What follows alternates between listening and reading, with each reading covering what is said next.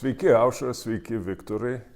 Šiandien mes susitikom pakalbėti apie vieną knygą, kurią išleido Viktoro Bachmetjevo vadovaujama leidykla Hubris. Ir knyga yra Karlo Jasperso Kaltės klausimas. Prieš pradedant diskusiją reikėtų trumpai pristatyti Viktorą. Viktoras Bachmetjevas yra filosofas, taip pat dabar jau Vytauto didžiojo universiteto filosofijos katedros vadovas, kaip reikėtų sakyti? Vadovas galima sakyti, čia formaliai vedėjas. Katedros vedėjas. Tai kuruoja filosofijos studijų reikalus Kauno Vytauto didžiojo universitete ir, kaip minėjau, taip pat yra leidėjas, išleidęs jau nemažai knygų. Kiek beje tavo leidykla jau egzistuoja laiko? Nuo 2018 metų lapkričio. Tai va, 8 metai. Ir kiek knygų esate išleidę per tą laiką? Virš 50. Neblogai. Tai Aušra pasiūlė šiam aptarimui knygą Kaltės jausmas. Kaltės klausimas. Kaltės klausimas, jo, iš tikrųjų. Aušra, paaiškinkit, kodėl jūs pasirinkot šią knygą. Pirmiausia, ten yra klausimai, kurie man kiekvieną dieną labai įdomus ir svarbus.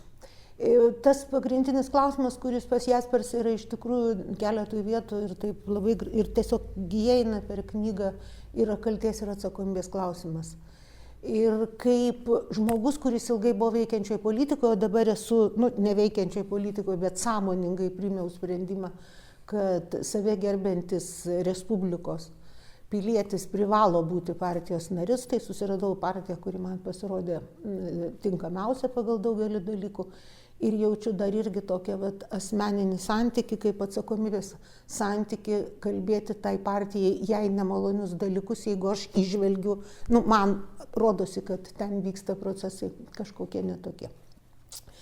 Tai man atrodo, kad fantastiškai gražiai knyga tinka žmogui, kuriam politika yra praktiškai visas jo gyvenimas.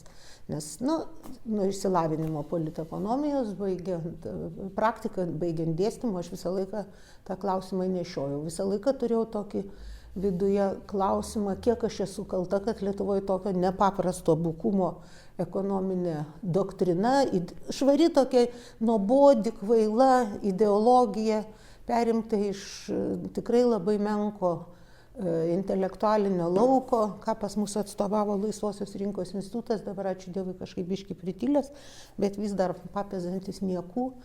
Tai iš tikrųjų aš tokį turiu jausmą, kažko nepadarei. Aš turėjau jausmą kaltės, kad vadovėliai prasti, kad reikia kažką, tai aš prašiau 6 vadovėlius vaikam mokykloje. Pabaiga, kaip dažniausiai būna, kai daug širdies įdedi. Ir iš tikrųjų tai yra logiški vadovėliai, baigėsi tuo, kad yra sąrašai skelbtų vadovėlių, išskyrus mano, nei vieno iš mano parašytų knygų nėra paminėta. Bet man tai yra mano asmeninis dalykas. O visai, ir kartu čia aš tada Viktorui ir perduosiu žodį, aš tiesiog vieną citatą iš knygos paskaitysiu, kuri irgi labai aiškiai parodys, kaip tas mūsų potekstas, čia sugalvojo Vytautas mums kažkokį naują pavadinimą, mano gal gražiai įsirašo. Citata yra iš Skiriuko mūsų apsivalymas. Ir pavadinimas man irgi gražus, bet skamba jinai taip. Dabar aš skaitau Jaspersą. Atrodytų, savęs kaip tautos ištyrimas istorijos apmąstymų ir savęs kaip individo ištyrimas yra 2 skirtingi dalykai. Tačiau pirmasis įmanomas tik atlikus antrąjį. Tai, ką atlieka bendrystės saitai susisaistę individai ir jei tai atlieka tiesos dvasioje, gali išplisti kaip daugelio žmonių samprata ir jį vėliau bus pripažįstama kaip tautos savimonė. Aš manau, kad tai yra tiesiog nuostabi pastraipa, nuostabus pasažas, kuris labai kalbėtų apie tai, kaip mes mūsų lietuviškoj modernioje politikoje praleidžiame esminius dalykus. Tai yra, kodėl eini į politiką, kiek esi susisaistęs su bendruomenė, ką bendruomeniai išskiri kaip svarbiausia, ar tą, kuris tau artimas, ar tą, kuris yra pažeistas, atskirtyje gyvena. Tai man atrodo, kad knyga yra fantastiška. Viktorai, gal galėtum papasakot, kodėl pačiam kilo mintis šią knygą išleisti šiais laikais ir šiek tiek tai atskleistų ir politinį kontekstą, kuriame parašyta knyga. Ne? Knyga parašyta prieš 80 metų. Ar ne? Tai gal pradėti verta nuo to, nuo knygos pasirodymo konteksto originalo kalba. Tai Jaspersas yra 20 amžiaus vokiečių filosofas, psichoanalitikas, pati knyga pasirodė 1946 metais, tai yra iškart po Antro pasaulinio karo. Jaspersas buvo antinacis, tačiau neemigravo skirtingai nei, pavyzdžiui, koks Tomas Manas. Jaspersas liko viso Hitlerio valdymo laikotarpiu, liko Vokietijoje. Tiesa, jam nebuvo leista dėstyti universitete, jis gyveno Heidelberge. Ir tik išlaisvinus Vokietiją ir vėl atidarius Heidelbergo universitetą, Jaspersas buvo pakviestas dėstyti.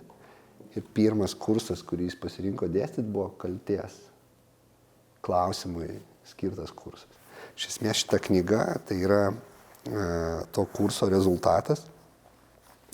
Kitaip tariant, Jaspersas, nors pats nebūdamas niekaip tiesiogiai implikuotas nacionalsocializme, pavyzdžiui, skirtingai nei jo geras pažįstamas Martinas Heideggeris, kuris dėstė tame pačiame universitete. Dėstė tam pačiam universitete, dar ir daugiau dalykų tam universitete, bet skirtingai nei Heideggeris, Jaspersas užduoda klausimą apie tai, apie pačią kaltę ir kas labai svarbu, skaitant šitą knygą, visi tą iškart pajaus, visi skaitytojai, kad jo klausimas yra ne apie tai, kas kaltas, o kiek mes kalti. Kitaip tariant, jis klausimą užduoda pirmu asmeniu, jis visų pirma klausia savęs paties, kiek aš kaltas, kad nutiko tai, kas nutiko be abejo Vokietijoje, nes tai yra kontekstas. Tai galėsim grįžti prie to konteksto, bet man norėjosi, kad žiūrovai ir klausytojai išgirstų, kokiam kontekste pats Jaspersas mąsto. O šitą knygą prisiminiau 22 metais, kai Rusija pradėjo pilną masto invaziją Ukrainoje. Ir tuo metu, nežinau ar dabar beatsimenat, bet tuo metu tą pavasarį vienas iš tokių klausimų, kurie Lietuvos viešojo erdvėje gan plačiai plaukiojo ir buvo svarstomi, tai buvo rusų kolektyvinės kaltės klausimas. Kitaip tariant, kiek paprasti rusai ar ne, yra kalti dėl jų politinės valdžios ar daromų sprendimų ir taip toliau ir panašiai. Man šitie klausimai pačiam yra labai įdomus. Mano tyrinėjimų sritis yra susijusi su moralės filosofija. Pats šiek tiek tuose debatuose dalyvau ir aktyviai, bet žymiai labiau pasyviai, bet apie tai svarsčiau ir prisiminiau, kad yra šitas praktiškai toks atskaitinis veikalas pastarojo šimtmečio moralės filosofijai, kuris svarsto kaltės klausimus, yra būtent ši knyga. Tai būtent tada gimė idėja, kad šitą knygą reikia išleisti. Mes, aišku, esam maža leidykla ir stengiamės padaryti darbus kokybiškai, tai užtruko nei daug, nei mažai, bet labai labai džiaugiuosi, kad knyga yra prieinama ir lietuvių kalba. Ir čia tikrai verta paminėti, nes dažniausiai mes pamirštam, knygą puikiai išvertė Giedrė Sodeikienė iš vokiečių kalbos. Absoliučiai tobulai išversta, net žodynai. Tai toliau truputėlį kontekstualizuojant patį klausimą, Jaspersas padaro tokias distinkcijas, jis iš esmės įvardina 4 kaltės, negalima sakyti, kad kaltės atmainas, nes 2 iš jų jis laiko atsakomybę, 2 iš jų jis laiko kalte, bent jau vertime taip pasirodo. Reiškia, yra baudžiamoji atsakomybė ir yra politinė atsakomybė ir tada yra moralinė kaltė ir metafizinė kaltė. Tai ar galėtum truputėlį apibūdinti, reiškia, sakykime, baudžiamoji atsakomybė, kaip mums ir visiems yra suprantama, tai yra nusižengimas baudžiamajam kodeksui ar įstatymams. Tačiau kas yra politinė atsakomybė? Nes tai padeda atskleisti tuos klausimus. Čia gal aš truputį pataisysiu, tai jis pasiūlo iš esmės kalčių tipologiją, arba gal ne kaltės atmainas, kaltės rūšis. Čia svarbu, kad tai yra rūšis, ta prasme, kad kiekviena iš tų 4 kalčių jinai yra savarankiška. Ar net nėra vienos kažkokios kaltės, kuri turi štai atmainas. Tai labai svarbu Jaspersui, nes viena iš jo tezių šitoje knygoje yra būtent tai, kad kai mes neskiriam kalčių pagal rūšį, mes papuolam į pačius įvairiausius teisinius, politinius ir moralinius nesusipratimus. Tai labai svarbu kiekvieną kartą nuo Jasperso svarstant kaltę sutart, apie kokią kaltę mes kalbam. Dabar tos 4 kaltės. Tai pirmoji ją vadina kriminalinė kaltė. Ta kriminalinė ar juridinė kaltė, čia visai tiktų ar ne, tai yra kaltė, kuri yra aprašyta įstatymuose. Ir įstatymai kiekvienoje šalyje gali būti skirtingi. Kas tą kaltę, bet mes atpažįstam, ar ne, kas yra kriminalinė kaltė, reiškia, to nereikia aiškinti, bet kas labai svarbu, kad kiekvienai kaltė Jaspersas numato ir instanciją, kuri nustato tą kaltę. Ir kriminalinės kaltės nustatymo instancija yra be abejo teismas. Ir čia, taip sakant, nepasiginčiusi. Ar ne? Ir visai gali būti, kad vienoje šalyje, kur galioja vienoks kriminalinis kodeksas, ne vienoks įstatymų rinkinys, tu būsi kaltas, teismo pripažinti, kitoj šalyje nebūsi. Ir čia, taip sakant, viskas tvarkoj. Dabar mes tą, manau, pakankamai lengvai suprantam. Truputį komplikuočiau yra su politinė kaltė.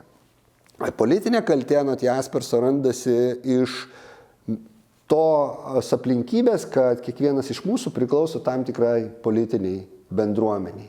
Ir čia turbūt viena kontroversiškiausių Jasperso tezių, kad politinę kaltę aš galiu įgyti visiškai nepriklausomai nuo to, ar aš ką nors padariau ar nepadariau.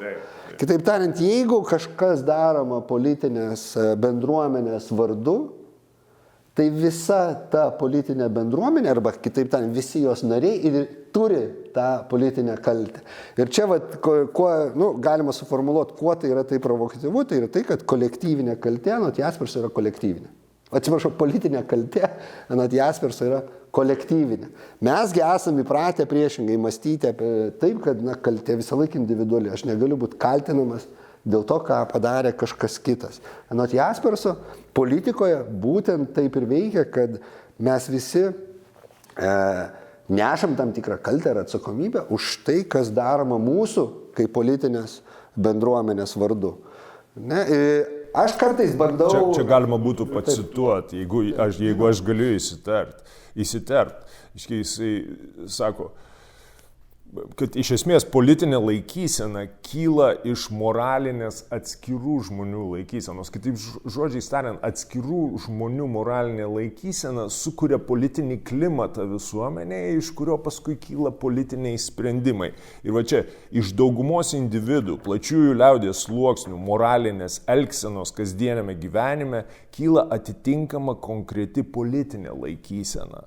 Taigi ir politinė būklė. Taip, čia tas bazinis teiginys, kad visų politinės bendruomenės narių valių visuma kažkaip tai išsiverčia į tą bendrą politinę valią. Čia, jeigu dabar imta mums jau artimo Rusijos pavyzdį, tai galėtume sakyti, kad visi Rusijos piliečiai yra bent kažkokia dalimi atsakingi ar kalti už tai, kad Rusijoje dabar valdo Putinas. Ir čia paradoksas gaunasi būtent, kad kiekvienas iš jų individualiai nėra tas, kurį dabar galima būtų paimti ir nuteisti. Nėra kažkokio vieno konkretaus individo, kurį galima būtų apkaltinti dėl to, kad Putinas yra Rusijos valdžių. Bet būtent, kad Rusijos piliečiai kaip politinė visuma kolektyviai ir yra atsakingi. Jie sukūrė moralinį klimatą arba per mažai pasipriešino. Ir, tiesą sakant, absoliuti dauguma rusų, kuriuos aš pažįstu, Rusijos opozicionieriai, kai su jais apie tai kalbu, jau automatiškai aš sako, būtent sako, aš ir graužiuosi nuolat, kad mes padarėm per mažai. Aš nuolat galvoju, kur mes suklydom, kur aš nepadariau vieno ar kito, kad sustabdyti šitą absoliučią tragediją, kurioje atsidūrė dabar Ukraina, atsidūrė visos kaimynai ir ta pati Rusija. Ir prie viso to reikia pabrėžti, praktiškai visi tie žmonės žiauriai nukentėjo. Liko be namų, be kalbos, yra niekinami, stumdomi ir vis vien jie graužiasi. Tai bet čia ir dėl to aš manyčiau, kad mums kartais reikia pereiti į savo problemas. Taip, bet gal dar vieną pavyzdį politinės kaltės, kad nebūtų tai taip, vien apie Rusiją kalbėti, nes tai tikrai patogus pavyzdžiai, bet kažkuria prasme ir per patogus. Dar vienas būdas mąstyti tą politinę kaltę ar atsakomybę kaip kolektyvinę, aš duodu tokį banalų pavyzdį, kai atsistatydina premjeras. Kai atsistatydina premjeras, visi jo vyriausybės ministrai, įskaitant visus jo vyriausybės viceministrus, įskaitant visus jo vyriausybės politinio pasitikėjimo tarnautojus, lieka be darbo. Nesvarbu, ar jie dirbo gerai ar blogai, jiems taikoma kolektyvinės politinės atsakomybės logika. Politinė atsakomybė tu prisiemi per implikaciją. Per tai, kad tu buvai štai šitos politinės komandos narys. Mes tą logiką... Paskui, žinoma, juos galima paskirti. Be jokios abejonės, bet jie jau formaliai liko be darbo. Čia politinė kaltė ir galėsime prie jos grįžti. Tada trečioji yra moralinė kaltė. Atsiprašau, reikia pasakyti, politinės kaltės nustatymo instancija anot Jasperso yra galia arba jėga. Jisai sako, politinę kaltę nustato nugalėtojai. Ir jis rašo labai blaiviai, man atrodo, kartais gąsdinančiai blaiviai, jisai sako, Vokietijos politinę kaltę nustatys šio karo nugalėtojai. Niekas kitas. Kaip ir nutiko Niurnbergo procese ir visur kitur. Vokietija visai nesenai baigė išsimokėti reparacijas, kurias jai paskyrė. Politinę kaltę mokėjo Vokietija labai ilgai, iki to, kad buvo tiesiog padalinta į dvi atskiras valstybės. Čia politinė kaltė ir jos nustatymo instancija yra nugalėtojas. Trečioji moralinė kaltė, man atrodo, mes vėlgi čia apie ją neverta daug kalbėti, mes ją žinom, čia labai svarbu pasakyti, anot Jasperso moralinės kaltės nustatymo instancija yra sąžinė. Ir jeigu pirmosios dvi kaltės, kriminalinė ir politinė, yra nustatoma kažkokios išorinės instancijos, teismas nėra mano vidujybė, nugalėtojas nėra mano, kažkas ateina ir sako, tu esi kaltas. Tu esi kaltas. Tai kalbant apie moralinę kaltę, niekas iš išorės man negali pasakyti, kad tu esi moraliai kaltas. Tik mano sąžinė, mano vidinis balsas yra instancija, kuri gali nustatyti, tik aš žinau, ar aš pasielgiau ne pagal, jeigu norit, ne pagal savo moralinį kodeksą. Ir paskutinysis kalties tipas, tai ką Jaspersas vadina metafizinę kaltę, tai yra tokia,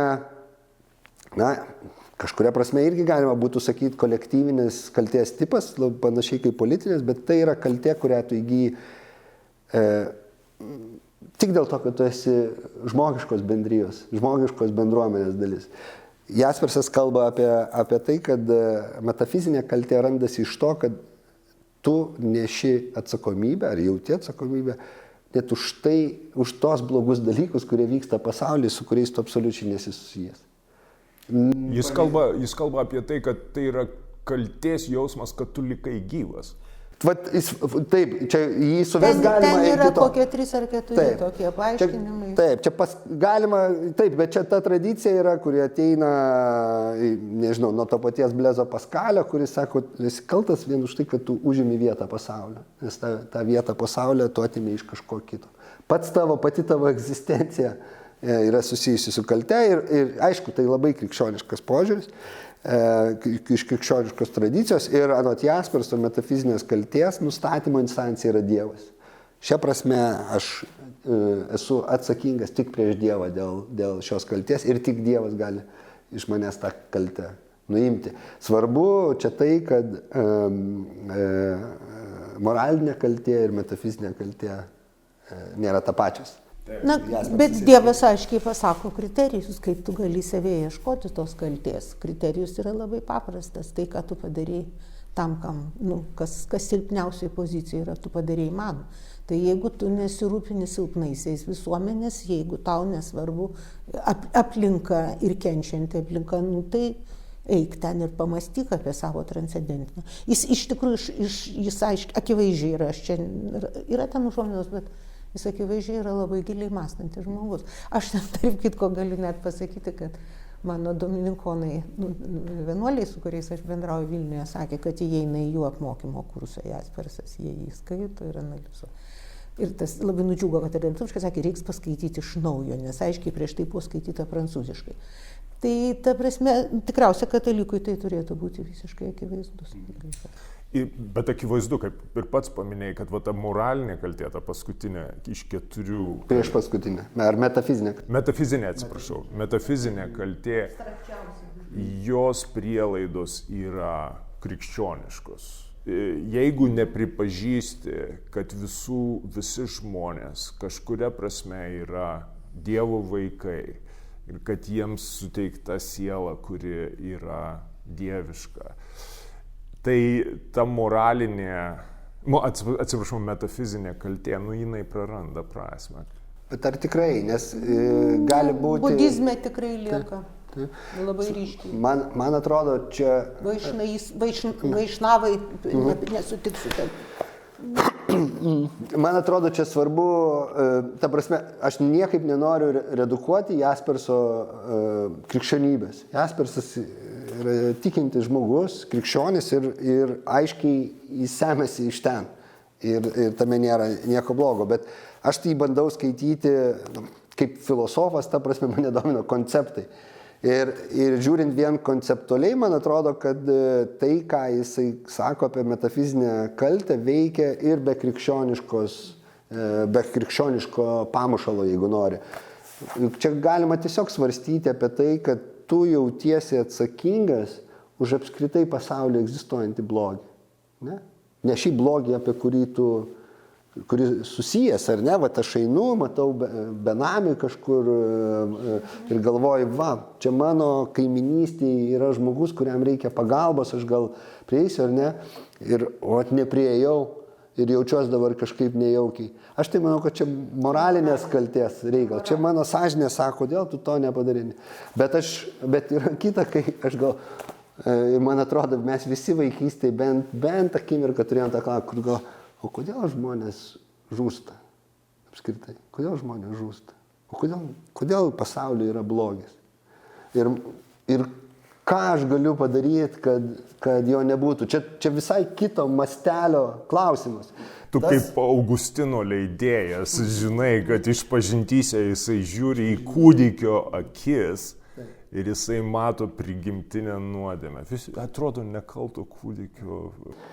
Ir man atrodo, čia mes pradedam jau judėti link metafizinės kaltės. Metafizinės kaltės ta prasme, kad tu tiesiog ant savo pečių pasiemi apskritai paties blogio egzistavimo klausimą. Ir jis yra praktiškai viržmogiškas, jis labai sunkus, slegiantis, labai sunkus klausimas. Bet man atrodo, Jaspersas, ir aš jam pritariu, ir aš skirčiau jį nuo moralės. Nuo moralinės kaltės. Moralinė kaltė kažkuria prasme žymiai lengviau suvirškinama, žymiai lengviau suvokiama. Ir duoda šansą išeiti iš jos. Tai yra pataisyti kažką tai savyje, kas galiausiai leistų išryšti klausimą. Transcendentinės tu negali išryšti, jinai yra ne tavo jėgom. Tu geriausiu atveju turi kelią, kaip aš įsivaizduočiau, ką tau pasakė, kad tu turi būti, pavyzdžiui, gamtos atžvilgių. Jeigu taip jau, pavyzdžiui, grįžti į kitą religinį mąstymą, pavyzdžiui, šintoizmą, visiškai akivaizdu, mūsų santykis su gamta irgi yra transcendentinė kaltė, jeigu mes naikinam tuos savo ten vabalėlius lakstančius. Grįžkim prie tos svarbios distinkcijos tarp teisinės kaltės, ar kaip jisai ją vadina, kriminalinės kaltės ir politinės. Jis nesako kaltė, jis sako atsakomybė. Jis sako būtent kaltė. Taip, visiškai. Ir čia turbūt, kodėl man tai svarbu, nes turbūt vienas iš nedaugelio priekaištų, kuriuos aš jam turiu, gal ne priekaištų, bet tokių korekcijų, kurias aš jam siūlyčiau, tai būtent, kad man norėtųsi, kad jis tą kaltės sąvoką būtų pakeitęs atsakomybės sąvoką. Bet aš čia pacituosiu truputėlį. Reiškia, nėra, aš cituoju dabar, ką jisai sako, būtent kalbėdamas apie skirtį tarp kolektyvinės kaltės ir kolektyvinės atsakomybės. Jis sako, nėra tokio dalyko kaip kolektyvinė kaltė. Reiškia, aš cituoju, nėra protingo pagrindo kaltinti nusikaltimu visą tautą. Nusikaltėlis visada yra individas. Tačiau taip pat nėra pagrindo morališkai kaltinti visą tautą, nes nėra visai tautai būdingo moralinio charakterio. Tautos negalima paversti individų. Tauta negali nei didvyriškai žūti, nei būti nusikaltėlė, nei veikti doroviškai ar nedoroviškai. Tai visada gali daryti tik paskiri jos individai. Tauta kaip visatas negali būti kalta ar nekalta nei kriminalinė, nei politinė, nei moralinė prasme. Citatos pabaiga. Tačiau, kiek vėliau jisai rašo, dėl nusikaltimų įvykdytų Vokietijos reicho vardu bendra atsakomybė tenka kiekvienam vokiečiui. Mes esame kolektyviai politiškai atsakingi, būtent politiškai atsakingi. Ir jis tą kildina iš to, kad moralinės dispozicijos, kurios įsivyrauja visuomenėje, jos sukuria tą politinį klimatą, kuriame paskui atsiranda veiksmai, kuriuos jau galima kategorizuoti kaip kriminalinius. Taip, bet būtent iš tos citatos girdėti, kad politinė kaltė ar atsakomybė kolektyviai egzistuoja. Tuo tarpu kriminalinė, tai reiškia teismo sprendžiama kažką teisti kolektyviai negalima, ne? Nu, jo labiau tautą, bet apskritai Jaspersas ten kalba ir apie bet kokius kitus susivienimus, kurios teisti kaip kolektyvą. Galima teisti juridinį asmenį, bet vėlgi kaip individą, jo kaltę nustatyti. Bet teisti kažkokią, nežinau, visuomenės grupę ar tautą, man atrodo, mes visi sutiksim, kad tai neprasminga, ar ne? Bet kalbėti būtent apie ne kriminalinę ir nemoralinę kaltę, bet kalbėti apie politinę kaltę kaip kolektyvą. Man atrodo, Jaspersas labai aiškiai sako, kad tai galima ir netgi yra prasminga, yra verta. Šia prasme, man atrodo,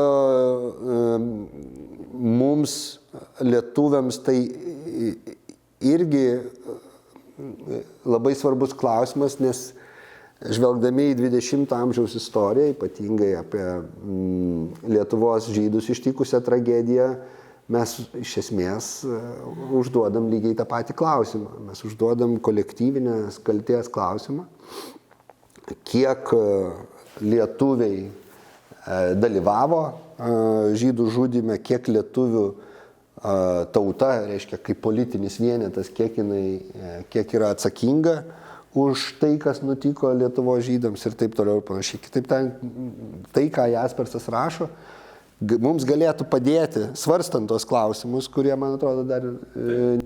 Taip. Tai ir čia turbūt nemažiau svarbus klausimas, negu kad Rusijos ta atsakomybė. Mūsų atveju, į Rusus mums labai lengva žiūrėti, o į save... Surasti svetimas kaltes yra labai paprasta. Apsidairiai ir visi blogi. Bet tada, kai atsisuki į save, supranti, gal kiti netokie ir blogi. Tai kaip sakytumai, Jaspersas vertintų lietuvių politinę atsakomybę? Vėlgi, čia turbūt tiktų, aš pasakysiu, tu jeigu gali reaguok tada į tą dalyką, kad, reiškia, individualiai kriminalinę atsakomybę už žydų persekiojimą ir žudymą galima priskirti atskiriems individams. Bet politinė atsakomybė kažkuria prasme tenka visai tautai. Dėl to, kad ta tauta susaistyta pilietybę, ar ne, mes ir žmonės, kurie Kauno garaže žudė žydus, jie turbūt jautėsi darą gerą lietuvių tautai, jie jautėsi Lietuvos patriotais. Ir šia prasme, tas toks moralinis klimatas, kuris tuomet galėjo būti, ir vėlgi, ne visoje visuomeniai, Bet jeigu tie žmonės naudojo lietuvišką patriotizmą kaip pateisinimą savo veiksmams, čia jau mes turim reikalą turbūt su ta politinė atsakomybė, kuris saisto mus visus. Tai aš galiu tik pritarti, čia labai jaspersiškai pasakyta ir man atrodo, kad, na sakykime, pastarųjų 36 metų Lietuvos istorija rodo, kad ta politinė kaltė yra, nes mes už ją mokam, ar ne? Mes būtent politiškai mokam, ar ne? Čia galima prisiminti, vat, Lietuvoje tuo metu ypatingai buvo aštrus klausimas, pirmojo jau atkurtos Lietuvos prezidento Brazausko vizitas į Knesetą ir atsiprašymas tenai, ar ne, už Lietuvą. Čia kilę debatai, bet tas gestas, nesu tikras, kiek ten Brazauskas buvo internalizavęs tą atsiprašymą, kaip jis pats į tai žiūrėjo, bet aš tai žiūriu būtent kaip į politinį gestą. Kitaip tariant, ten paties Brazausko intencijos netaip ir įdomios. Būtent Lietuvos politinės valdžios aukščiausias atstovas nuvyko į simbolinę vietą, kurioje, taip sakant, galima kalbėti su žydų tauta ir atsiprašė būtent kaip atliko politinį gestą. Čia kažkuria prasme jis kažkiek panašus į garsų į Willy Brandto gestą Varšuvos gete, ar ne, kur irgi tas atsiklaupimo gestas ar atsiprašymo gestas, jisai būtent yra politinis. Mes jį galima svarstyti ir kaip moralinį, ta prasme, bet tada jau reiktų žinoti, ką Brandtas iš tikrųjų galvojo, ar ne, arba Brazauskas mūsų atveju. Bet man atrodo, kad tai jų sąžinės reikalas. Būtent Jaspersas mums leidžia konceptualiai pasakyti, o čia iš tikrųjų Brazausko kaip asmens reikalas, o koks mums skirtumas, ką Brazauskas galvo. Mesgi jį paleidom kaip politiką, kaip mūsų politinį atstovą. Jo. Ir jis pripažino, kad mes kaip lietuviai, kaip politinė bendryje, mes turim tą atsakomybę. Ir Lietuvoje beje buvo labai daug pasipiktinimo, tuo metu atsimenu. Aš manau, būtent bandant pasakyti, kad ne, mes nereiktų atsiprašinėti, todėl kad mes tos politinės atsakomybės nenorime prisiimti. Lietuvių atveju turbūt yra šiek tiek komplikuočiau, nes vokiečiai turėjo suverenitetą, ar ne? Jie buvo suvereni tauta tiek 33, tiek 38, tiek ir vėlesniais metais. Tuo tarpu lietuvių tauta nebuvo suvereni savo žemėje. Tada, kai... Ne visai tiesa, vokiečių buvo labai mažai, išžudyti tokio kiekio žmonių, per mažą kiekį yra vokiečių tų pačių mokslininkų ir lietuviška knyga yra, kur tiesiog akivaizdžiai. Tada pripaišykime ir Lietuvos katalikų bažnyčią jos kaltę. Lietuvos katalikų bažnyčia prieš Antrą pasaulinį karą, net prieš okupaciją, pirmąją 40 metų, iš tikrųjų nepaprastai daug porą metų rašė tekstų, aš juos tikrinau, jie tikrai yra. Apie baisiuosius žydus, kurie, ta prasme, tiesiog, kaip dabar kartais Lietuvos katalikų bažnyčia irgi savo leidžia kai kurias grupės žeminti.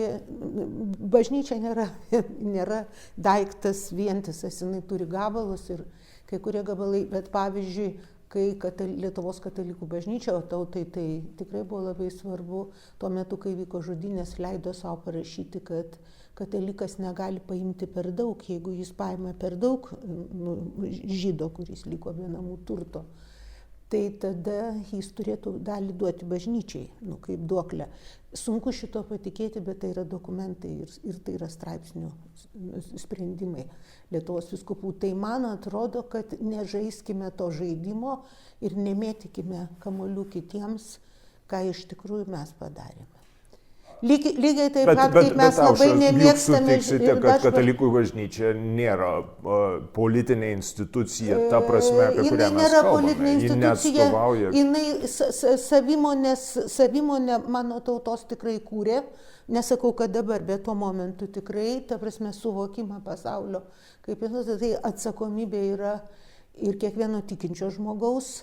Kiek jisai, aš, pavyzdžiui, dabar konkrečiai labai matau, kai Lietuvos katalikai leidžia savo visiškai iš savo krikščionybės išplauti Kristų, Jėzų, ta prasme.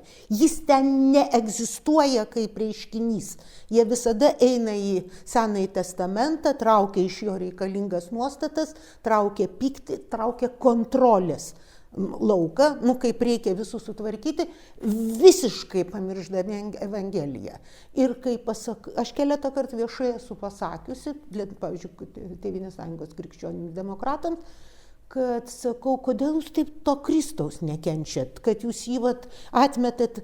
O prie ko čia jisai, sako? Tai jūsgi krikščionims prisistatote, tada nebežino, ką sakyti, todėl, kad iš tiesų instrumentalizuota religija yra pas mus visiškai aiškiai. Tai aš vis dėlto manyčiau, kad gražiau ir man Jasperse tas labai patinka, kad visą laiką grįžk klausimų sau. O ką tu padarei, kad būtų kitaip? Tai man ta knyga, jeigu tu manęs klausai, kodėl aš tą bandžiau pasakyti, todėl, kad aš negaliu, aš galiu visą laiką jaustis padariusi per mažai ir aš dažnai taip jaučiuosi, tada ilgai savo aiškinu, kad tu padarei per daug, palyginus kiek reikėjo, bet čia yra žaidimas jau su savimi, bet realiai, kaip ta tautos dalis, kuri leidžia, kuri turi Dievo dovaną mąstyti, ne visi tiesiog turi, kaip rodo faktai, tai jie privalo ir jie tos atsakomybės turi turėti daugiau.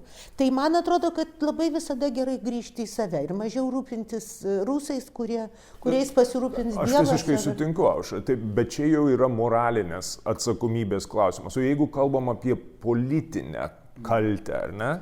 Tai kaip Jaspersas atsakytų į šitą klausimą? Ar tauta, kuri neturi, tarkim, 41 metų birželio, ten, nežinau, 20, kada vyko Kauno garažas, tada lietuvių tauta neturėjo politinio suvereniteto, ar galima priskirti politinę atsakomybę tautai, kuri neturi savo politinio suvereniteto? Manau, kad galima, nes tai yra saviapibrėžties klausimas, ar ne? Dabar paimkim kokius kurdus, ar ne? Kurie neturi suvereniteto, bet kurių vardu skirtingose šalise, tiek Turkijai, tiek Irake, kurdų bendruomenės, pavadinkim, lyderiai, imasi tam tikrų politinių iniciatyvų. Čia politinių iniciatyvų, sakau, plačiaja prasme, nes tai apima ir teroro aktus, ir karinius kažkokius veiksmus, ir žmonių nužudymus ir taip toliau. Ne, tai paprastai mes esam įpratę, reiškia, jeigu valstybė turi suverenitetą, tai žudymas nebesiskaito žudymu, nes čia kariuomenė pagal statutą ir įstatymą, o jeigu neturi, tai tada jau kvalifikuojam kažkaip kitaip. Bet visai kitaip galima interpretuoti. Ir kai yra kurdų, kurdai geras pavyzdys, nes ten suvereniteto yra kurdų, kurie sako, aš nepritariu, pavyzdžiui, teroro išpoliams siekiant mūsų politinių tikslų. Aš nepritariu. Kiti sako, kodėl valstybei galima vykdyti karo veiksmus, o mūsų politiniai bendruomeniai negalima vien dėl to, kad mes jungtinėse tautose neturim. Ne? Tai tie debatai vyksta. Man atrodo, Lietuvos atveju dar yra šita aplinkybė, apie kurią tu mini, tai yra kiek ten Lietuvos, ta vadinkim, politinė bendruomenė turėjo suvereniteto. Čia, aišku, ypatingai tas klausimas susiveda į 41 metų vasarą, čia laikinoji vyriausybė, ar ne, tai čia nepradėkim, nes tikrai ilgi debatai ir visi turi savo nuomonę. Man įdomesnis, ir neneigiant šito aspekto, man įdomesnis klausimas yra dar kitas, tai yra tai, kad mes svarstam jau iš šiandienos perspektyvos. Ne tą klausimą, tai klausimas yra, kiek aš, Viktoras Bachmetjevas, kuris gimęs 1979 metais, tai yra jau keli dešimtmečiai po tos tragedijos, kiek aš esu politiškai kaltas, ne, už tai, kas nutiko, kiek aš esu atsakingas. Kodėl dabar mes, Lietuvos Respublika, turim, čia pašaržuosiu, kodėl mes čia turim dabar aiškintis žydams, nei vienas iš mūsų ten nedalyvavo. Mes nebuvom. Taip. Mes ne prie ko. Tai niekas tau neprikiša tos kriminalinės atsakomybės. Ne, bet tai be abejo, mes kalbam tik apie politinę, bet net ir politinės atveju galima būtų klausti, prie ko čia mes? Lietuva susikūrė 90 kovo 11, ar ne? Ir man atsikūrė, bet žiūrėkit, tai man atrodo, šitas klausimas yra dar viena papildoma komplikacija, svarstant. Aš galiu dar vieną komplikaciją padaryti ir ta komplikacija yra labai paprasta. Iš tikrųjų, vien tai, kad mes vis dar kovojame ir vis dar žmonės, kurie Pavyzdžiui, konkrečiai Noreika yra jo dokumentai, pasimė išvarytų iš Žagarės, pats pasirašė dokumentą, kad perkelti į Žagarę žydus, kurie buvo išžudyti visi, bet įsikraustė į tokį žydo namą, atsigulė jo lovoje ir dar parašė prašymą, kad duotų spintų ir taburečių namams ir veidrodėlių prie lovos. Ir jis juos gavo ir juose gyveno. Ir mes vis dar diskutuojame, ar šitas žmogus nėra tas, kuris darė absoliutų blogį. Mano supratime dar man pavyzdžiui atrodo, kad tame yra pačioje mūsų diskusijoje, ir jo tas elgesys yra žemiau bet kokio, ir mūsų pačioje diskusijoje yra kartu atsakymas į tą klausimą, ar mūsų sąmonė, tautinė sąmonė apskritai svarsto save kaip fenomeną. Todėl, kad man toks dabar įspūdis viešoje erdvėje, esam pilnai šitą klausimą atidavę vadinamiesiems kraštutiniams veikėjams, kurie nacionalistinių pakraipų žmonėmis. Jie vienaip ar kitaip bando tai artikuliuoti. Aš skaitau jų tekstus, aišku, nediskutuoju su jais, tai yra labai sudėtinga ir tai yra žinantys žmonės, su žinančiu diskutuoti yra totali beprotybė. Tai beprasmiškas judesys. Bet visuomenė tame nemato jokios grėsmės. Ir tai, man atrodo, yra neišspręsto klausimo. Mano atsakymas būtų, kad taip, ta politinės atsakomybės klausimas, ir aš tikrai manau, kad tai buvo politinis judesys, kai Brazauskas ten prie Raudo sienų nusilenkė ir atsiprašė Knesete, bet tas klausimas yra ir jis yra išlikęs. Ir aš netgi galiu pasakyti, kad kai aš buvau Seime ir porą kartų bandžiau ginti Ivaškevičių, kuris buvo labai žiauriai užsipultas dėl savo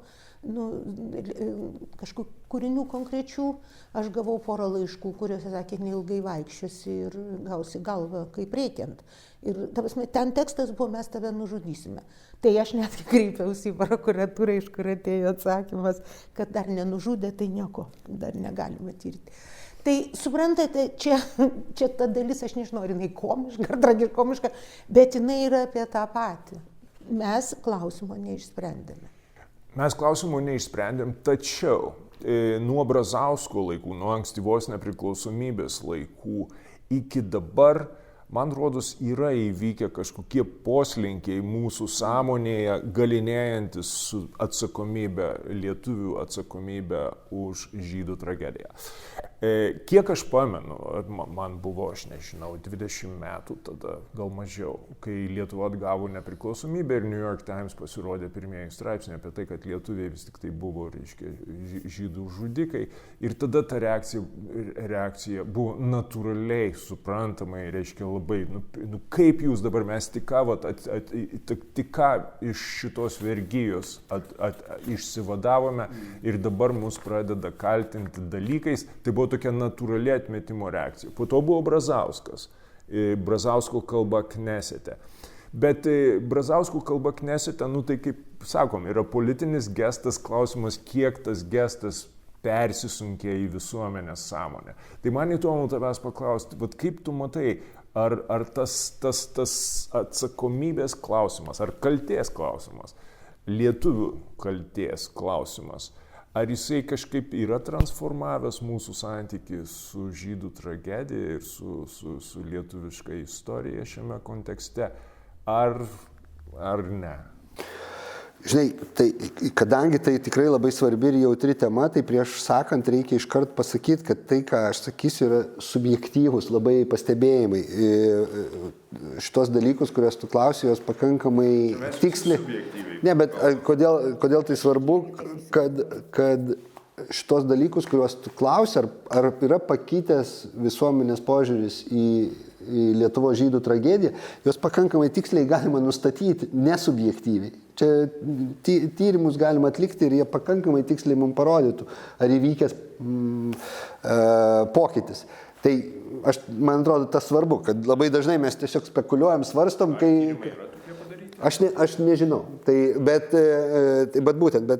būtų labai gerai, svarstant tokį klausimą, tos tyrimus pasitelkti. Bet kadangi šią akimirką jų neturim, tai subjektyviai aš tai labai panašiai kaip tu manau, kad tas pokytis vyksta. pokytis vyksta ir aš taip vienu metu net buvau suformulavęs tą pokytį iki tokio jeigu 90-iniais puikiai atsimenu ir pats į nemažai diskusijų veldavus, tai būtų toks kažkoks atmetimo reakcija. Ne, čia mes apie tai nekalbam, ne. Švis, mes esame istorijos auka ir istorijos auka negali būti kaltininkė. Ne, jeigu aš auka, man tai duoda indulgenciją, va tokia buvo, ne. Po to 2000-iniais, aš taip sakyčiau, aš pradėjau jausti, sakau, čia tikrai labai subjektyvui, toks išvirto į taip, bet.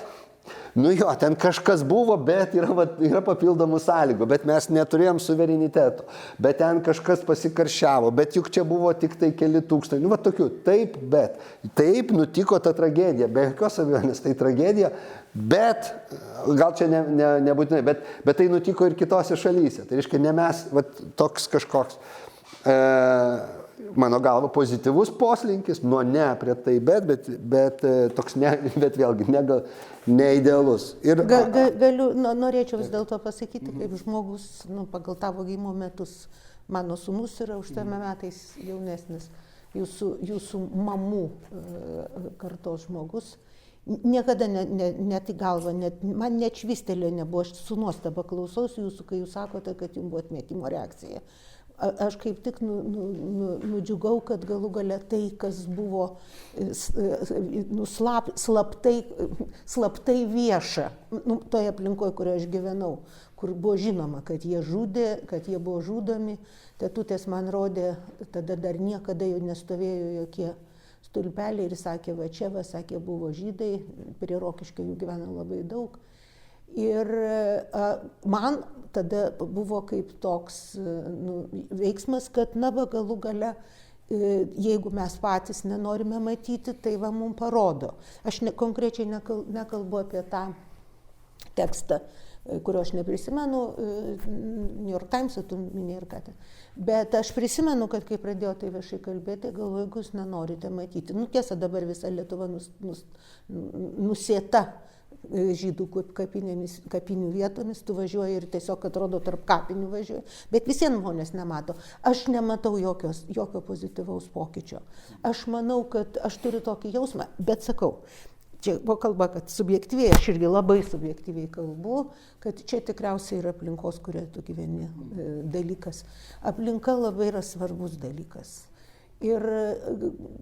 Bet būtent žydų klausimą aš turėjau tokią asmeninę labai patirtį ir labai gražiai jinai įsipaišytų į Jasperso metafizinės kaltės jausmą, kai mano 90 metų tetutė man pasakė praktiškai prieš mirtį, aš esu šitą sakiusi, man paliko didelį įspūdį, jinai man sako, žinai, Aušryte, yra turbūt labai gerai, kad mus išvežė į Sibirą, kur jie praleido daug laiko, tėvelis lagerį ir tėtį jų lagerį, ir jie ten tikrai jau labai visaip nukentėjo.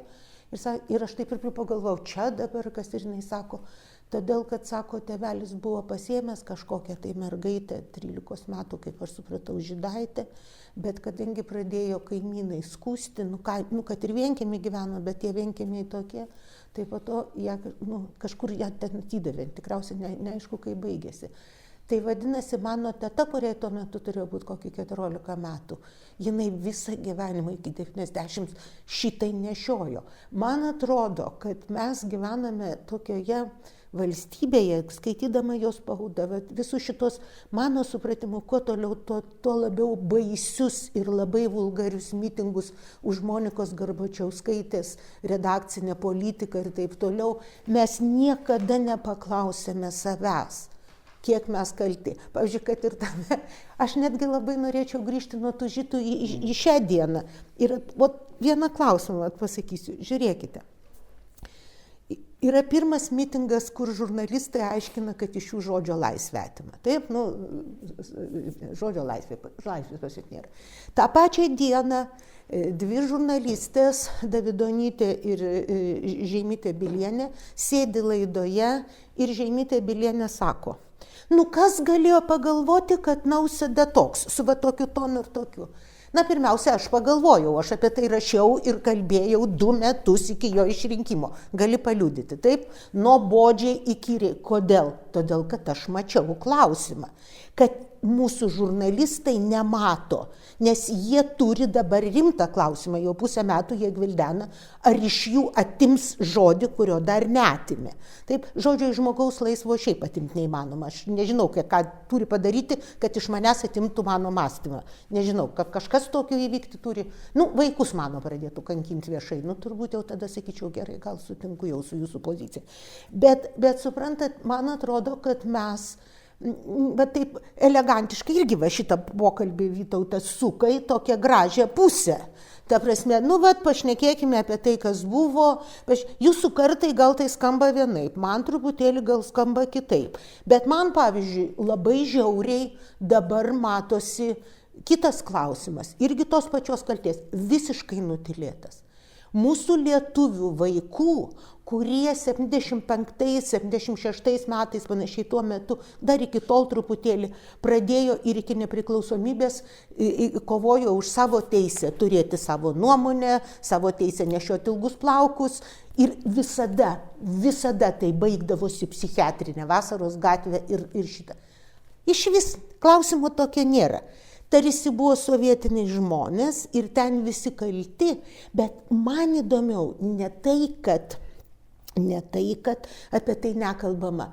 Ir dauguma net nežinom, tai ten visi sėdėjo. Yra konformizmo klausimas, kuris čia apeitas, bet jis kartais yra paslėpiamas pas Jaspersą žodžiu tyla. Taip? Tyla, bet aš matau blogį, bet aš vis vien patylėsiu. Taip, čia yra moralinės kaltės. Taip, aš manau, kad mano tetutės apibendrinimas yra labiau metafizinis. Jinai tiesiog nešiojo tą tikinčio, giliai tikinčio žmogaus, tą amžinąją kaltę, kad gal ten Dievas dėl ko nors įsiskaudinęs. Bet aš sutraukiau, aišku, gal kvailokai, bet turbūt taip įsivaizduotama to žmogaus emocinę būseną, galiu pasakyti. Bet iš tikrųjų mes visiškai savo politinio lauko moralės kategorijom nediskutuojame. Ir kai vieną kartą aš pabandžiau tai beje padaryti su tuo žmogum, kuris parašė iš tikrųjų labai įdomią disertaciją to klausimu, Simas Šelutka, ar kaip jis ten vadinasi, aš sulaukiau jo labai tokios. Aš keletą kartų sulaukiau tokios, pavyzdžiui, reakcijos žmonių, kurie jau jaučiasi labai jau ten moralės analitikai. O, tas Šelutka net knygą, man atrodo, pristatė. Čia šitas, kuris pristatė knygą. Nesvarbu, žodžiu. Bet tokia, ta prasme, iš karto distancija. Politikui apskritai negalima kalbėti. Politikas tą patį momentą, kai tu tampi politiku, tu prarandi visas kompetencijas ir jau neduok Dieve, jau tu kalbėsi apie moralę, nes tu tapai politiku dėl to, kad prisivokti. Ką ten kas vagia, tai ten mažai kas labai ką vagia, bet visi jau žino. Tai ar yra intelektualų kaltės ir aš manyčiau, kad tarp eilučių šitas visoj toj knygoje visą sėdi, kai kalbame apie politinę kaltę. Kaip subjektas, laisvas subjektas, dabar jau tikrai niekas į mūsų suverenitetą nesikėsina. Vis dėlto, tam, kad jo neužsipultų minia, o minia užsipuls, kai tu pasakysi nors ką nors, negu tavo burbulas, įsivaizduoja. Aš kasdien tikrinu, ar aš su savo burbulu tvarkoju ar ne, ir kai iš karto save kvestionuoju, ar aš neduok Dieve nenoriu žaisti malonumo žaidimo. Ta prasme, visada malonu, kai vis sako, kokia tu žavi, kaip čia viskas gerai, bet tu visą laiką savęs klausi ir tu matai. Ir tu visą laiką gyveni tylos lauke. Mes gyvenam tylos lauke. Aš labai supykau, prieš jūs tai jūs nustebote dėl tos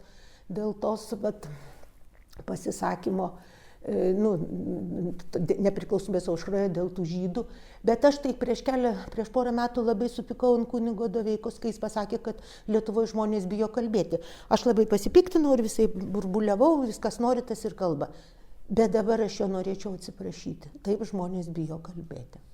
Jie bijo būti suspardyti. Net elementariai užduotas klausimas, o vis dėlto aš čia nesuprantu. Bet jeigu tu jau klausi, kad tu nesupranti, daugeliu atveju reiškia, kad tu esi priešas. Čia ypatingai išlindo šitų LRT konflikto lauke. Aš klausdavau žmonių, savo draugų, aš sakau, manau, kad yra visiškai galios pozicijoje kaip tik LT, o ne politikai. Tas akivaizdu. Jie kviečia, jie nustato temas, jie visą, kaip politekonomija, aš galiu pasakyti, tobulas pavyzdys, kur galios centras yra. Tik reikia, biški mąstyti. Kokia būna reakcija? Ir tada ta atsakomybė, vat būtent per Jaspers, aš taip netgi tuo kampu skaičiau vieną kartą, atsakomybės neprisima. Iš karto permeta blogi socdemai, dar kažkas ten neteisingai svarsto. Ir tada aš klausiu, o tu žiūri politinės laidas LRT? Ne, aš sako, televizijos neturiu. Iš 12, kurios apklausiau, vienas turėjo televizorių, tik sakė, laidų nežiūri. Jo, bet į mitingą eina. Tai suprantat, kur čia, į ką aš čia lenkiu? Konkretus atvejai šiuo atveju netaip svarbus. Svarbu tai, kad mes ten turime protingų, aš dabar uždėsiu kabutės, filosofų ir vieną tokį, kuris Gritėną, kuris prisistatė, aš kaip šioks toks filosofas. Tai jeigu jis būtų ne šioks toks, jie turėtų paklausti labai paprasto dalyko. Kur iš tikrųjų moraliniai klausimai politikams? Nes aš negirdėjau klausimo, kuris skambėjo, o kodėl jūs taip darote? Nes žmogus galbūt, kuris yra politikoje, jis man gali visiškai nepatikti, mano pažiūros gali būti kitokios, bet jis gali turėti savo tą lauką. Ir tada mes galime eiti į tą tikrąją diskusiją. tą tikrąją. Šiuo atveju galėtų būti diskusija, kad ir tarp tų krikščionių, kurie yra vienoje pusėje ir kurie beje, krikščionių, galiu pasakyti, daug krikščionių, kurie masto panašiai, kurie masto Evangelijos kategorijomis, jie atsitraukia. Ta prasme, jie tiesiog grįžta į savo tikėjimo laukus. Toliau yra žmonės, kurie yra neafiliuoja savęs su krikščionybė ar su kita kokia religija ar dar ką nors. Bet tokių diskusijų aš nei vienos nemačiau. Savo ten papasakot, kaip ten viskas atrodo, tai yra kitas dalykas. Bet užtat nepaprastai daug dėmesio korupcijai, dar net nenuspręstai visienių visi viską žino. Tai man atrodo, kad čia yra tos politinės atsakomybės klausimas kiekvienam. Ir tylėjimas irgi yra, man atrodo, yra labai sunkus dalykas. O tą tylėjimą įsijunk LinkedIną ir pamatysi, kaip atrodo tikras, fantastiškas tylėjimas žmonių, kurie jaučiasi sėkmingi ir gerai įsitaisę. Kažkaip ten labai retai būna ten tiesa Maisto bankas kartais. Bet dažniausiai ten nieko to nėra. Tai aš nežinau, aš norėčiau vis tik tai grįžti prie to ankstesnio klausimo, kaip ta progresija. Iš pradžių buvo atstumimas, atmetimas to atsakomybės klausimo Lietuvoje, paskui buvo taip, bet kokia dabar padėtis? Tu apibendrinai taip, tarsi tai yra vieninga pozicija. Aš tau pasakiau, buvo įvairiai. Aš klausiu Viktoro. Tai, žinai, man atrodo, čia svarbu, ką Aušra sako, bet aš irgi neteikčiau, kad čia vieninga pozicija. Aš taip sakyčiau, že toks labiau, jeigu galima sau leisti, toks zeitgeistas, ar ne? Aš, pavyzdžiui, nei 90-iniais man nebuvo atmetimo reakcijos, nei 2000-iniais man nebuvo tai bet, aš sakau, iš viešosios erdvės ir iš to, kas buvo laikoma konsensusu. Ar mes dar vis esame taip, bet situacijoje? Ar... Nežinau, man atrodo, kad mes judam link to, kad yra po truputį pradedama suvokti, kad ta tragedija, kuri, jeigu apie Lietuvos žydus mes kalbam ir apie holokaustą, tai kad, visų pirma, tai ta tragedija yra mūsų pačių tragedija, kad jinai ne kažkam kitam nutiko. Ir čia su tuo ateina naujų iššūkių, naujų problemų. Man yra tekę, diskutuojant su Lietuvos žydais ir ne tik Lietuvos žydais, apie tai kalbant. Tai vėlgi ne apibendrinimas, bet tiesiog tokių nuomonių girdėjau, kad negera tokia pozicija, nes tai yra tos tragedijos apropriavimas. Tai ne Lietuvos čia tragedija, čia žydų ekskliuzyviai tragedija ir reiškia Lietuva, pradėdama tai suvokti kaip savo tragediją, kaip politinės bendruomenės, jinai kažkuria būdu, redukuoja, marginalizuoja. Bet kita vertus, jeigu tu jauti tuštumą dėl to, kas įvyko, ta prasme tokia, čia, aš nežinau, civilizacinė tuštuma, ar ne, kad neišpjauta, dalis visuomenės yra tiesiog amputuota. Tai galbūt tai yra geras būdas prieiti prie to klausimo. Kas abejonės, tai žinai, aš čia nebandau pasakyti, kaip turi būti, ar ko baigsis. Bandau tiesiog komentuoti, kaip aš suprantu, kaip vyksta ir man atrodo vyksta, poslinkis, aš bandau būti optimistas, poslinkis yra į gerąją pusę ir, ką Aušra sakė, bet ta aplinka, artimieji, bet taip pat ir švietimas. Ir aš baigiau mokyklą Lietuvos istorijos pamokose, mes apie tai turėjom lygiai 0 sakinių. Apie tai apskritai nebuvo kalbama. Dabar ten švietimo mokyklų programuose tikrai to yra gerokai daugiau. Čia be abejo visą laiką galima klausti pakankamai ar teisingai pasakojama ir taip toliau, bet pokytis yra ir kalbant ypatingai su jaunesniais žmonėm, aš jau tą požiūrį aš jaučiu kitokį.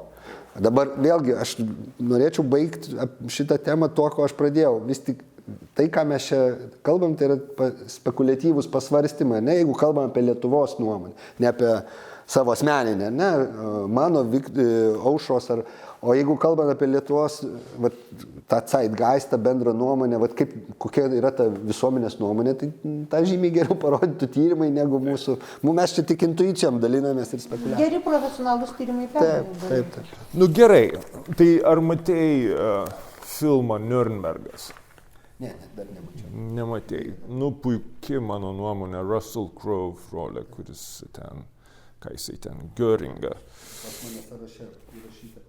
Jo, bet dėl ko klausiu apie Nürnbergą? Dėl to, kad pats Jaspersas tokį nusivylimą išreiškė šitoje knygoje dėl Nürnbergo proceso. Jisai rašo konkrečiai. Nürnbergo procesas nepadėjo pagrindo tokiai pasaulio būklei, kurioje vyrauja pasaulinė teisė. Jo tokia viltis buvo, kad dėka Nürnbergo proceso pasaulis persitvarkys į tokią būklę, kurioje tarptautinė teisė arba tai, ką mes vadiname taisyklėmis pagrįsta pasaulio tvarka, įsigalėtų. Ar tau rezonuoja šitas pasakymas? Aišku, rezonuoja. Visų pirma, jau dėl to, kad aš labai norėčiau, kad pasaulis būtų tokia vieta, kurioje veiktų kažkokios taisyklės, kad jos būtų ne stipriausioje teisė, kad būtų kažkokia apeliacinė struktūra, ar ne, ar tai jungtinėm tautom vadintume, ar ko nori. Deja, turbūt ypatingai šiandien, kai mes kalbame, pasakyti, kad kažkokia tarptautinė tvarka taisyklėmis grįsta, kad jinai egzistuoja. Labai sunku pasakyti. Ir aišku, kur tikrai man labai rezonuoja Aušros bent porą kartų pasakyta mintis ir Jasperso kontekste. Jaspersas visą laiką klausė apie save, ne tiek papasakot, kaip kiti kalti, bet apie save, ką aš galiu padaryti. Ir man norisi klausti, aišku, čia kaip lietuviui, Lietuvos politinės bendruomenės nariui, o tai kaip mes prie to prisidedam, ką mes darom, kad ta taisyklėmis grįsta tvarka būtų. Ar mes esam nuoseklūs savo reikalavimuose, kad tų taisyklių būtų laikomas. Ir mano atsakymas yra, ne. Mes esam labai selektyvus, mūsų politiniai lyderiai visiškai nepriklausomai nuo to, kas yra valdžioje, ar ten ta kairė, ar dešinė, ar geriečiai, ar blogiečiai, kalbant apie tarptautinę teisę, mes esam tikrai labai selektyvus, kai mums patogu, mes išsirenkam taisyklės ir apie jas kalbam, kai mums nepatogu, mes jas labai sėkmingai pamirštam ir sakom, bet čia mūsų sąjungininkai ir todėl jiems tos taisyklės gali negalioti, o mes tiesiog, užmerksim akis, nusisuksim. Tai aš, aišku, nemažas vaikas, suprantu, kad ypatingai kalbant apie geopolitiką, tarptautinius santykius, nėra šventųjų ir tu turi būti ir pragmatiškas ir taip sakant, ne visada gali elgtis taip, kaip norėtųsi. Bet yra dar toks terminas kaip veidmainystė. Veidmainystė tai yra tai, kad, arba dviveidystė mes lietuviškai sakom, žinai, yra labai daug šalių, kurios, mažų, su kurios suprasdamos, kad reiškia, pasaulis nėra tobulas, apie savo moralinę lyderystę labai garsiai nekalba. Man atrodo, Lietuvoje ypatingai kontrastas yra tas, kad visai mes mėgstam papasakot, kokie mes, reiškia, moraliai atsakingi, kaip mes už laisvę, šviesą, tiesą, grožį ir taip toliau, kaip mums patogu. Ir tada tas kontrastas, jis toks pasidaro labai aštrus, ar ne? Gal ne tiek patogu, kiek naudinga. Naudinga ar patogu, arba tiesiog labai smagu apie save taip ir galvoti, ar ne? Lietuvoje tikrai kažkoks geras jausmas, ar ne, jeigu tu jautiesi, kad tu už teisybę, juk žymiai smagiau galvoti, kad tu už teisybę. O tai leis paklausti, ar yra žmonių, kurie galvoja, kad jie ne už teisybę, kad jie už melą, tamsą ir apgavystės. Juk visi galvoja, kad jie yra teisūs. Aš nežinau, matai, ta teisybė yra pragmatinė teisybė, ar ne, sakykime, tai vadinamės paprastai interesais. Ne, tai tu sakai, aš tiesiog ginu savo šalies interesus, aš čia kažkokią apie transcendentinę tiesą negalvoju, gal jinai egzistuoja, aš galiu net neturėti nuomonės, bet aš labai aiškiai sakau, žiūrėkit, aš ginu savo interesus, ne? Ir mano interesai, jie situatyvūs, jie gali kisti. Ir yra visai kita pozicija, kur sakai, laisvė yra absoliuti vertybė, absoliuti. Pavyzdžiui, laisvė, ne, arba tiesa, arba grožis. Ne, o tai reiškia absoliuti, tai reiškia nesituatyvinė. Čia dvi skirtingos filosofinės pozicijos. Viena, kur tu sakai, žiūrėsim pagal situaciją ir tada kažkaip, keisimės, orientuosimės.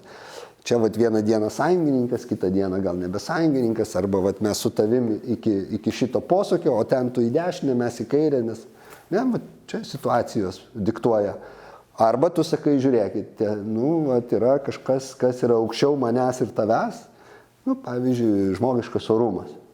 Ir nesvarbu, ar tas žmogiškas orumas pažeidžiamas mūsų ideologinių priešų stovykloje, arba mūsų vadinamų ten draugų, sąjungininkų, kažkokių gerų bičiulių. Žmogiškas orumas neturėtų būti pažeidžiamas niekur. Absoliuti vertybė. Ir pas mus be abejo taip pat. Ne? Ir tada, tokia čia tai vadinama vertybinė politika. Vertybėmis grįsta. Ar ne? Vertybės tau diktuoja, kaip tu elgsies. Tai kontrastas tarp pokarinės Vokietijos, Jasperso išdėstytų kalties klausimų ir Rusijos po Sovietų Sąjungos žlugimo. Tas didysis kontrastas yra tas, kad Rusija savo kalties praktiškai nereflektavo. Tuo tarpu pokarinė Vokietija labai giliai apmąstė tuos savo klausimus ir netgi galima sakyti, kad ten galima atsekti tokius kelis etapus. Pirmasis etapas, galima sakyti, taip labai grubiai tariant, yra nuo 1945 metų, nuo Vokietijos kapituliacijos iki maždaug 1968 metų, kai kyla naujoji protestų banga Vokietijoje pačioje, kuris sako, žiūrėkit, bičiuliai, jūs labai čia šventeiviškai save plakėte, bet tarp mūsų visuomenėje teisėjai yra buvę nacijai, atsakingas pareigas užima, pasirodo, buvę nacijai ir jūs viso labo mums meluojate. Ta prasme, tai ta naujoji apsivalymo banga, aš sakyčiau, ir čia ir su kraštutiniais judėjimais susiję buvo po 68 metų. Viskas, ką aš noriu tuo pasakyti, tai kad iš tikrųjų Vokietijoje tas kaltės klausimas jis buvo apmąstytas labai giliai, labai ilgai ir netgi, sakyčiau, keletos kartų. Rusijoje tuo tarpu išskyrus labai gerbtinas iniciatyvas kaip Memorialą ir visą Gulago istoriją, beje, Memorialą galutinai dabar uždarė. Tas kaltės apmąstymas jis neįvyko. Ir mano klausimas tau, kaip tu manai, ar tai galiausiai veda prie to, kad Putino Rusija iš tikrųjų įgalina tai, kad jie neapmąstė savo kaltės. Tai čia šita paskutinė tezė, tai atrodo tarsi visuotinai sutariama. Klausimas, kodėl Rusijoje nenutiko tas apmąstymas. Tai čia bent porą dalykų norėtųsi pasakyti. Vieną, tai tas Vokietijos pavyzdys, jisai pamokantis, bet jis taip pat pamokantis ta prasme, kad Vokietijoje tas procesas nebuvo kažkoks vienakryptis, labai nuoseklus ir toks, reiškia, teisingai judantis. Tas pats Jaspersas nebuvo labai populiarus Vokietijoje su šitokiom temom. Galiausiai jisai emigravo į Šveicariją ir Vokietijoje negyveno. Vilis Brandtas, kurį šiandien minėjom, jisai 70-ais ar 71-ais atsiklaupė Varšuvos gete. Tais metais atlikta apklausa, Deutsche Welle berods vokiečių apklausa, kaip vertinat šitą gestą. Daugiau nei 50% vokiečių pasakė, kad čia kažkaip jis persistengė ir pasikarščiavo. Tikrai nereikėtų taip elgtis. Tai yra 25 metai po karo. Tai šitą reikia turėti omeny, ar ne? Čia kažkoks nėra tokios burtų lazdelės, kur staiga susirinko vokiečiai, visi susikabino ir sako, dabar mes tai supratom. Ir juolab ne vyriausybės sprendimu tokie dalykai. Bet yra pas Jaspers atsakymas. Rusija buvo nugalėtoja ir jisai sakė politiniam teisė nugalėtojas. Taip, tai čia dar... Rusija neturėjo išorinės jėgos, kuri verstų ją save permastyti. Tai čia kitas, ką norėjau paminėti, tai kad Vokietija galiausiai, vis tiek mes kalbame apie dvi Vokietijas, Vokietija yra padalinta ir vienoje ir kitoje iš Vokietijų yra svetimo šalies karinės bazės. Vokietijoje iki šiol yra amerikiečių bazės, juk ne pačių vokiečių pageidavimų, jos yra antrojo pasaulinio karo pralaimėjimo rezultatas. Ar ne? Ir tai reiškia, vokiečių suverenitetas, Vokietijos suverenitetas yra kvestionuotinas, pažeidžiamas. Ta prasme, kad Vokietija moka reparacijas. Reiškia, Vokietija yra reali karo pralaimėtoja, kuri moka savo kainą. Dabar kas nutinka su Sovietų sąjunga, kuri pavirsta, reiškia, Rusijos federacija? Sovietų sąjunga irgi pralaimi karą. Šaltąjį karą pralaimi Sovietų sąjunga. Visų sutarimų. Net to paties Putino. Bet skirtingai nei Vokietija, Sovietų sąjunga už tai nemoka. Sovietų sąjunga už tai gauna, Rusija perima visas Sovietų sąjungos teisės, gauna milžiniškas investicijas, gauna kreditus lengvatinius iš tos pačios Vokietijos ir kitų šalių. Taip tariant, Sovietų sąjungoje arba jos teisių perėmė į Rusijos federaciją 10-ame, atsiprašau. Vietoj to, kad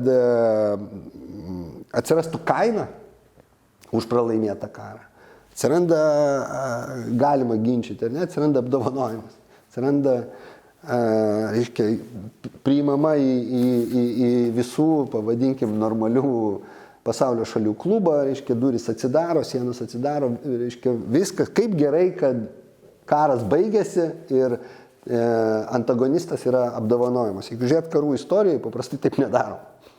Šį kartą taip nutiko ir gali būti, kad tai yra viena iš priežasčių.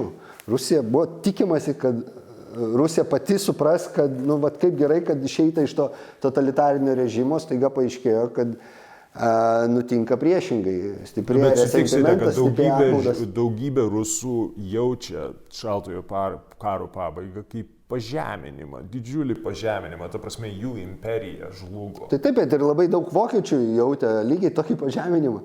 45, 46, 47, 48, jeigu jūs klausinėjate, Vokietijoje nėra masinių demonstracijų išėjusių į gatves su plakatais pagaliau diktatorius mirė. Vokiečiams yra milžiniškas pažeminimas, pralaimėtas karas. Pralaimėtas milžiniškas imperinis karas, vokiečiai yra pažeminti. Galiausiai rezultatas yra tas, kad įvyksta ilgas, sudėtingas, iš dalies iš išorės valdomas procesas, kurio metu vokiečiai, tiesą sakant, dvi Vokietijos suskaldytos, dvi vokiečių bendruomenės atskiros, eina per savo šitos labai labai sunkius kalties procesus, tai trunka dešimtmečiais ir tiesą sakant, hipotezė, kurią reiktų kelti, jeigu Vokietija būtų palikta Taip sakant, mes dabar tiesiog nuėmėm Hitlerį, ten uždėjom jums kažkokias reparacijas, tai va dabar sėkmės permastykit, ar mes neturėtume trečio karo, nes kažkas panašaus nutiko po pirmojo pasaulinio karo, ar ne?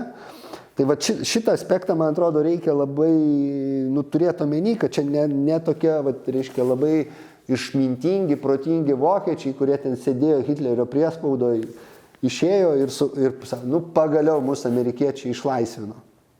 Ne. Turėjo būti kažkas dar papildomai. Tuo tarpu Rusijoje, Sovietų Sąjungos teisių perėmė, nieko panašaus nenutiko. Rusija politiškai nebuvo nubausta, jinai buvo apdovanota. Rusija kaip politinė bendruomenė... Gali interpretuoti tą apdovanojimą kaip savotišką bandymą išlaikyti rusų orumo likučius po šaltojo karo pabaigos ir būtent, kad neįvyktų tas antras... Aš manau, kad taip ir buvo, kad tai nebuvo daroma iš kažkokio... Kad neskatint jų revanšizmo ir panašiai. Aš manau, kad būtent taip ir buvo mąstoma tuo metu, kas Clintonas Amerikoje, Helmutas Kolis Vokietijoje. Iš pradžių Bušas vyresnysis, paskui jau Clintonas. Ir buvo, turbūt taip ir manoma, aš manau, kad ir Lietuvoje labai daug kas taip galvoja, mes visi taip galvojam, kad pagaliau, reiškia, nuėjo tas idiotiškas bolševikų režimas ir štai dabar žmonės mėgausis kapitalizmo ir demokratijos teikiamais privalumais. Ačiū labai, Viktorai.